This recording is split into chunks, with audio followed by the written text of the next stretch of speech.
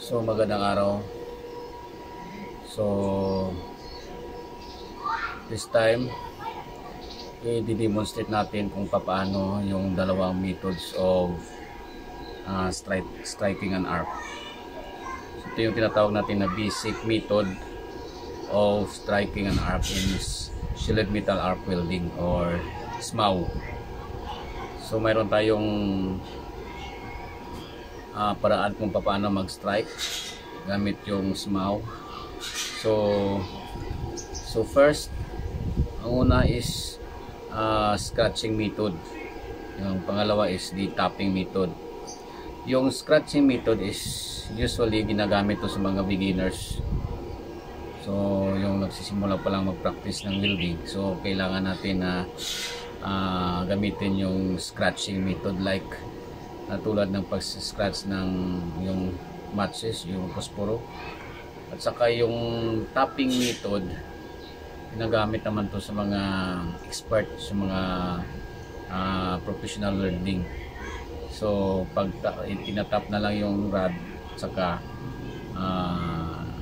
magsimula ka ng mag-welding.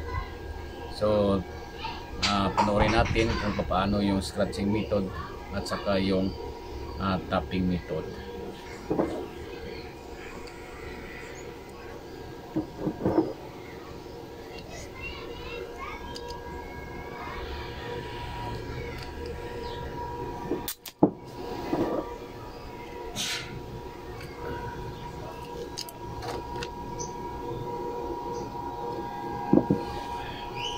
Scratching method.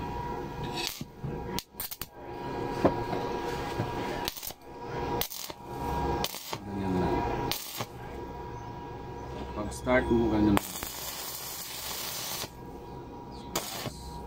And then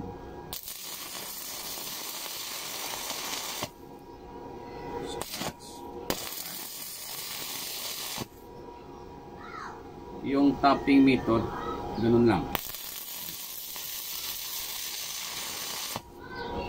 Tap. So pag scratching, scratch mo na, ganyan sila.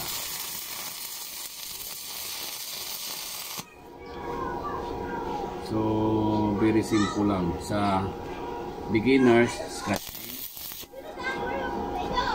and then sa expert,